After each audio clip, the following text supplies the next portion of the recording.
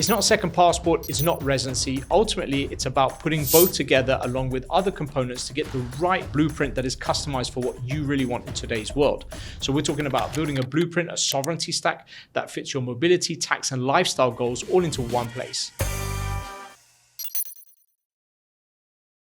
Combo A would be most likely a Caribbean passport. Why? Because they've been around the longest.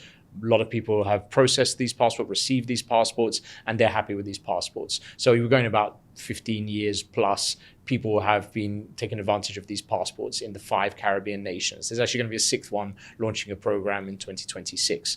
But those people there are very happy with it. And what they would do is that they'll probably look to get a European residency at some point in the future. You've got Antigua, Grenada, St. Kitts, St. Lucia, Dominica. As I mentioned, there'll be St. Vincent and Grenadines coming out later in 2026. Then you have UAE Golden Visa, historically the most popular residency program in history. It's 10 years, you can get 5 years, you can also get 10 years. But with those 10 years, then on top of that, you've got no requirements to be in the UAE every 6 months, like other visas here, or 1 year. So that's really attractive, but also you don't have to do the real estate option. You've got the fixed deposit option, you've got a talent option, you can get by nomination. You can invest in the companies as well. So there's multiple ways to get the UAE Golden Visa. In the last decade and a half, we have processed over 11,000 second passports, residencies, and golden visas. And what has happened is typically in the last few years, definitely since COVID, clients have come back to us and said, I'm super happy with the second passport, but now I need a residency. I need to lock down my long-term objectives, which is settlement rights, which is Schengen access, for example. And then what they're also looking to get a UAE Golden Visa. I want to get banking access. And now increasingly more, we are looking at investment opportunities further afield. In a multipolar world, having multiple passports and residencies is the ultimate winning combo.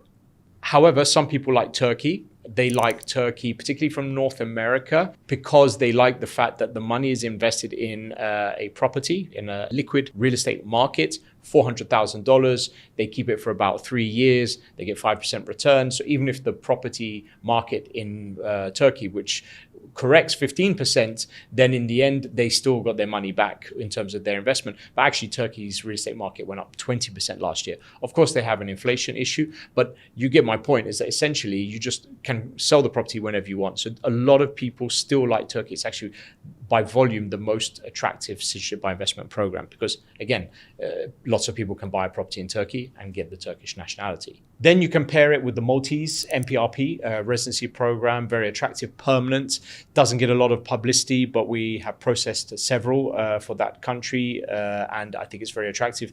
And more people, I think, will start looking at it when they see other programs getting more backed up, like Greece and Portugal. There's also another program called the Maltese GRP, which is more geared towards digital nomads. Again, another program that doesn't get the publicity as, say, for example, the digital nomad visas in Spain and Portugal. So you could layer that with your Turkish citizenship. You collect 5-6% return a year from Turkey. Meanwhile, getting that Schengen access from Malta. It wouldn't be as cheap as probably adding Latvia, but Latvia is 50,000 euros, but you have to go every single year. Whereas in Malta, you don't have to. So I think that combination probably would be interesting for a lot of people. Some people want to do the African passports. You've got Egypt, you've got Sierra Leone, you've got Sao Tome and Principe, and you have Botswana, which is going to come out in 2026. So that is attractive to people who don't want to spend so much, for example, and aren't concerned about the visa-free benefits that the Caribbean programs have. Then you add Monaco. You have to invest some money in a monogas bank account, and then you have to comply with other criteria to become a monogas resident. The issue is that you'd have to rent or own there, and both of those are not for everyone unless you actually want to be in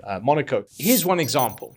Let's say you applied for the Sao Tome and Principe program, which starts at $75,000. So within, let's say, 2.5 months, which is how long it's taking, let's say 3 months all in. 3 months all in, you'll be able to acquire a passport from Sao Tome and Principe, which is part of the Portuguese-speaking community. Now, because of that, you'll be able to fast track yourself for applying for Portuguese citizenship. So let's say you apply for a D7, which is one of the residency options in Portugal. You go to Portugal, you live in Portugal, but you'll be able to fast track and reduce the time frame to acquiring the Portuguese nationality down to only 7 years. And of course, because you have been there, you can apply for the NHR 2.0, which will give you tax benefits. So you have tax savings, and you'll end up with 3 passports. Your first, your Sao Tome, and now your Portuguese. And then after that, you can move on to your next country. Let's say, for example, example, you went into Spain. Now, because you've already got the Portuguese nationality, you can apply for Spanish nationality just within 2 years. So now you're onto your fourth passport. So that's an example. This creates a reputationally strong EU living layer, but with minimal direct tax. But it demands capital and genuine presence. But now we're looking more towards tax residency options. So if you're looking at that, you've got beneficial tax residency options in Italy, Greece, Portugal, Poland is another option as well. And then you've got other countries in the world. You can go to Georgia and Panama. What I would caution people is that these tax residency programs are extremely attractive. And with everything that's going on in the world, they're getting more restrictive. So for example, Portugal's NHR, non-habitual residency program, is less attractive now than the original one. You've got Italy's program that was 100,000 euros is now gone up to 200, now 300,000 euros due to demand as well. So just like everything, you need to move quick. So whether it's tax residency, or citizenship, all of them, they're all going in one direction. That's why I tell everyone all the time, better to be a year early than a day too late. The most recent example was when Malta closed the citizenship by investment option. It's now citizenship by exception. But the day that it closed, we had 5 clients contact us, all wanting to start the process on the same day. 2 of them contacted me directly. It's too late by then. We can't help you. So when the coast is clear and everything is quiet, I think that's the best time to apply, because once any signal comes out, the worst case scenario is that it will be closing too late, like Malta, or the best case scenario is that there will be a huge backlog and you'll be waiting a long time. The rate moved from 200,000 euros up to 300,000 euros earlier this month on January the 1st, 2026.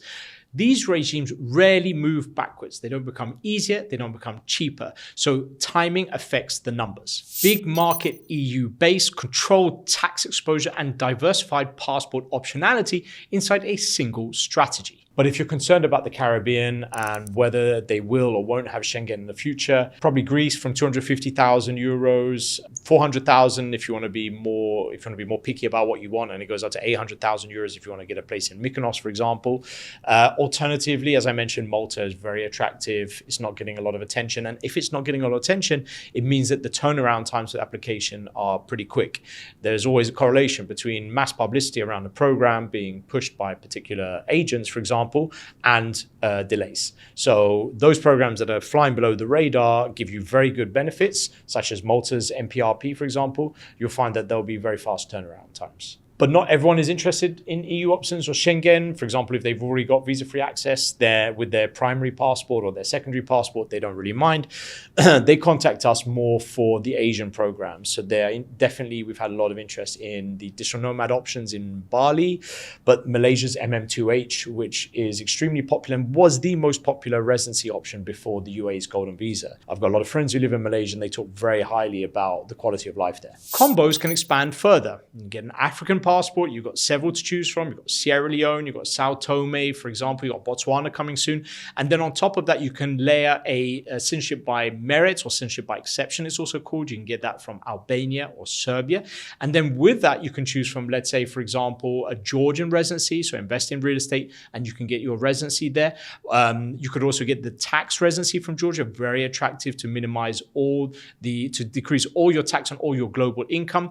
But if you wanted something in Malaysia, just to diversify strategically between Europe, Eastern Europe, Africa, but also Asia, you can get a Malaysian or Thai residency, both of them very attractive. Territorial tax, you won't pay any tax on any of the income you generate outside of Malaysia or Thailand. So there are multiple permutations depending on the region of your preference. The EU has already said that by having a CBI in a visa-free state can potentially justify a suspension review. But they also said that to Malta. Malta then pivoted to a citizenship by merit structure, and then as a result of that satisfied the EU. St. Kitts has already started doing the same. And let's see how that happens in the other countries. But if St. Kitts now says, by the way, we have now pivoted ourselves to become a citizenship by merit structure, then this would satisfy the EU's main concern, which about citizenship by investment, which is the fact that it's transactional. But if you're creating genuine ties, genuine links, then what is to say that St. Kitts now will not have to worry about EU visa-free access? And let's say the rest of the Caribbean says, you know what, we will do the same. The issue is, if you haven't already applied, then you will then have to be one of those people applying to spend physical time in the Caribbean. You'll have to show genuine ties, and then you regret not actually applying before that implementation takes place. Therefore, structure ultimately matters. But let's look at it from a different angle. Let's say you just say, you know what, I've already got the Caribbean passport. I've had it for several years. I'm very happy with it, as a lot of my friends are. But you want to make sure that you put your mind at ease and stop worrying about if, what, why, when might happen, and just say, let me just get a European residency. You still have many, many options. Although the longer we leave it, the more that it becomes more difficult, more expensive, or more cumbersome. So for example, let's say you want to do the Malta. Malta has a very attractive residency option. Not just the citizenship. You've also got Greece, 250,000 euros in real estate for permanent residency, extremely attractive. You have Portugal, very popular, but it's 500,000 euros. You've also got Hungary. You also have Latvia as well. So there are other options that you can take advantage of, but you can put these and layer them on top of, let's say, your African passport, your CBE passport, maybe even your citizenship by descent passport. Let's say you already got one by tracing your ancestry. Going back 10 years, we have processed EU Golden Visa or EU residency options. I think the first one we probably started out was probably the Hungary one, not the current iteration now. We processed the previous one, which I think was around 300,000 euros, or it was 250, then it went up to 300,000 euros. It was a very different version to the one we have now. So we have been processing many residency options in many countries. So again, we did Spain before it closed down. We did Portugal when it was 280,000, 350,000 euros. We even did the Ireland program as well. So not a lot of people did that one. So this is a lot of cumulative experience that has been with our company for 15 years. The world is changing extremely fast. If you look around, everything that's happening from China and Taiwan all the way through to the unrest in Thailand or in Nepal or in Sudan. I mean, you know, and then Venezuela, Russia, Ukraine, look at the United States and Greenland. I mean, the whole world is becoming incredibly fragmented. We're becoming more and more divided. Expectations are becoming disaligned, unaligned with reality. Yeah. So book a blueprint strategy call now, where we will provide you with a full audit of your global mobility risk. We will map out your sovereignty stack in terms of which combinations you think that are best for you, and we will provide our support. The visa steps, we'll provide you with a tax strategy, asset protection, investment opportunities globally, but we will give you realistic timelines, and we will help you with all the documentation, which is the most critical part of any of these applications. My mantra is, it's better to be a year early than a day too late. And optimism is good, but having options is better.